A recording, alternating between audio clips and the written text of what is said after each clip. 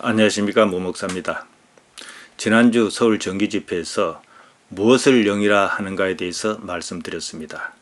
1시간 40분 동안 쉬지 않고 말씀드렸습니다.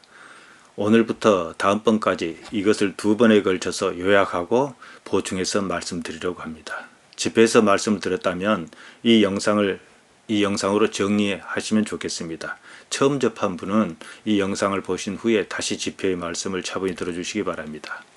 성경은 영이 무엇이다 라고 딱 꼬집어 말하지 않습니다. 대신 어떤 현상을 가지고 말합니다. 요한복음 3장 8절이 그것입니다. 바람이 이밀어 불매 내가 그 소리를 들어도 어디서 오며 어디로 가는지 알지 못하나니 성령으로 난 사람은 다 이러하니라. 성령이란 말 나옵니다. 푸념합니다. 바람도 푸념합니다. 예수님께서는 중의적 의미를 활용하여 영을 설명하셨습니다. 영이 무엇이라는 말씀은 아닙니다. 영과 바람이 같은 단어 푸니마로서 눈에 보이지 않는 점 때문입니다. 제가 이 문제에 천착하는 데는 2가지 이유가 있습니다. 하나는 보통 기독신앙인이 영을 자기 마음대로 어림잡고 해석하고는 거기다 아멘 한다는 것입니다. 그 다음으로 현상은 각자의 이해에 따라서 얼마든지 다르다는 점입니다. 똑같은 하나님을 섬기는데 다른 하나님인 것 같습니다. 이단이니 무엇이니 끊임없이 이상한 데가 생깁니다. 다 그 때문입니다. 저 역시도 영이 무엇이다 이렇게 특정하지는 못합니다. 다만 성경을 뒤져 가장 가까운 특질을 찾아 말씀드리려고 합니다.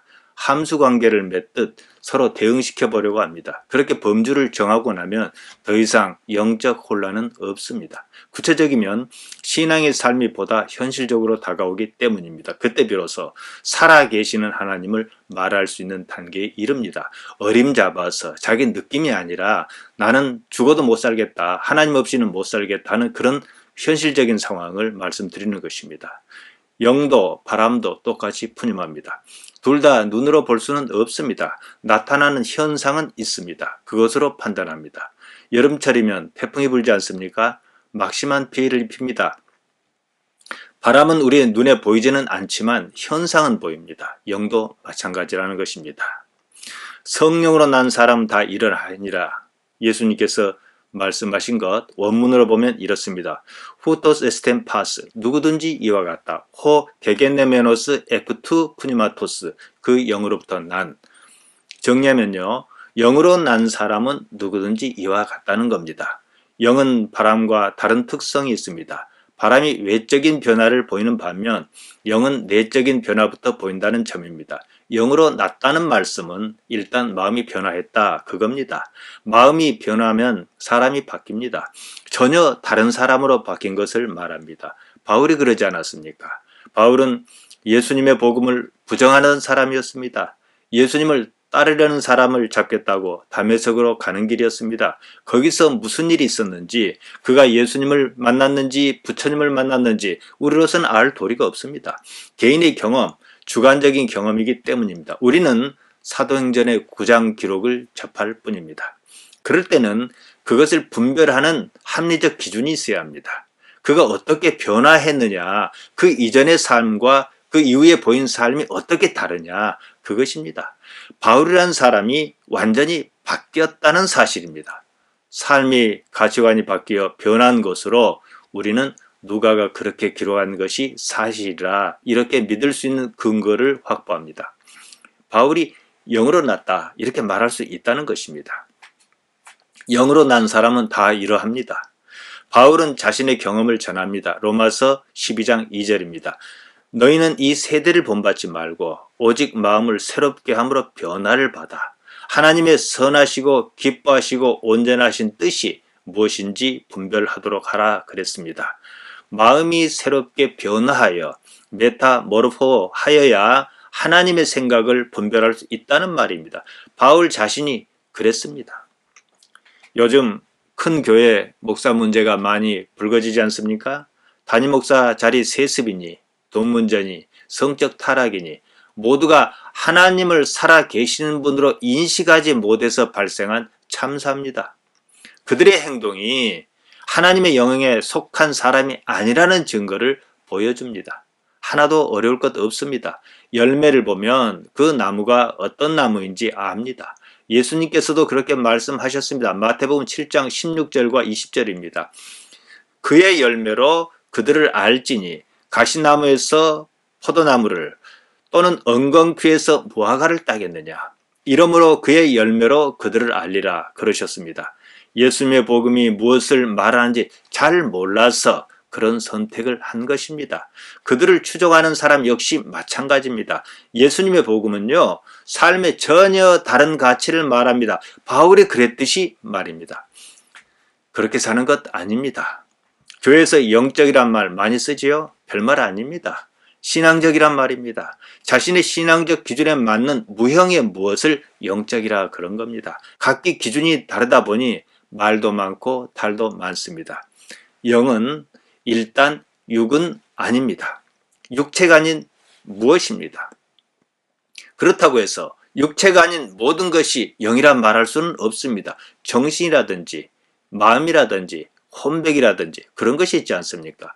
그것을 영이라 할 수 없지요. 그조차도 육에 속한 것입니다. 이것은 제가 다음번 기회가 있으면 말씀드리겠습니다. 예수님께서 말씀하신 영에 관한 표현, 이것을 보겠습니다. 요한복음 3장 3절입니다. 진실로 진실로 내게 이르노니 사람이 거듭나지 아니하면 하나님 나라를 볼 수 없느니라. 니고데모에게 하신 말씀입니다. 여기서 거듭난다는 말이 나옵니다. 제가 자주 말씀드립니다. 거듭난다, 겟네데 아노덴입니다. 우리 성경 이 두 단어를 하나로 딱 합쳐서 거듭났다 이렇게 표현했습니다. 거듭과 난다는 말이죠. 태어나다, 겟네데, 원형 겟나오입니다. 뭐 특별히 따질 것 없는 말입니다. 문제는 아노덴입니다. 우리 성경은 거듭이라고 번역했는데요. 사실은 위로부터입니다. 하나님으로부터 태어난다 이 뜻입니다. 니고데모는 하나님으로부터의 출생을 이해할 수 없었습니다. 하여 두 번째로 거듭해서 모태에 들어갔다가 나야 하느냐고 예수님께 여쭈었습니다. 예수님께서는 이리 말씀하셨습니다. 요한복음 3장 6절입니다. 육으로 난 것은 육이요 성령으로 난 것은 영이니 육으로 난 것은 육이라 그러셨습니다. 우리 몸이 그러지 않습니까? 모태에서 출생한다 그 말씀입니다. 여기에 대해서는 이견이 있을 수 없습니다. 성령으로 난 것은 영이라 그러셨습니다. 이 문장 가만히 보십시오. 성령은 뭐고 영은 또 뭡니까? 성령 곧 하나님으로 난 것이 사람의 영이다 이 말씀인데요. 다들 그렇게 이해하지 않습니까? 제가 여러분께 묻겠습니다. 여러분은 성령으로 태어나셨습니까? 그러면 다들 아멘 합니다. 무슨 근거로 그렇게 대답하느냐고 물으면 뭐 구원이 어떻고 은혜가 어떻고 십자가가 어떻고 다 변주 굴리는 소리입니다. 무엇이 나의 영인가 그것을 모르는데 어떻게 성령으로 태어났다고 말할 수 있는지 의아합니다. 성령으로 난 것은 영이란 이 말씀 원어는 이렇게 쓰고 있습니다. 카이토 게겐네메논 에크투 푸뉴마토스 푸뉴마 에스틴 육에서 육이 난다 사르코스 사르커스 영에서 영이 난다 푸뉴마토스 푸뉴마. 무슨 말입니까? 이 몸으로부터 몸이 태어나 존재하고 또 이 영으로부터 영이 태어나 존재한다. 성령에서 영이 난다는 것이 아니고 영에서 영이 난다 그랬습니다. 앞서 성령이라 했던 영이라 했던 앞서 말한 영은 하나님의 영을 말하겠지요. 그럼 뒤에 나온 영이 뭐냐 이거지요. 원문에서는 그냥 영에서 영이라고 말합니다. 하나님의 영이든 사람의 영이든 똑같이 푸뉴마로 씁니다. 저 역시도 푸뉴마를 구분하지 않습니다. 하나님께서는 영이시다 그럽니다. 그것으로 비교해서 말씀드리겠습니다. 요한복음 4장 24절입니다. 하나님께서는 영이시니 예배하는 자가 신령과 진정으로 예배할지니라. 원문입니다.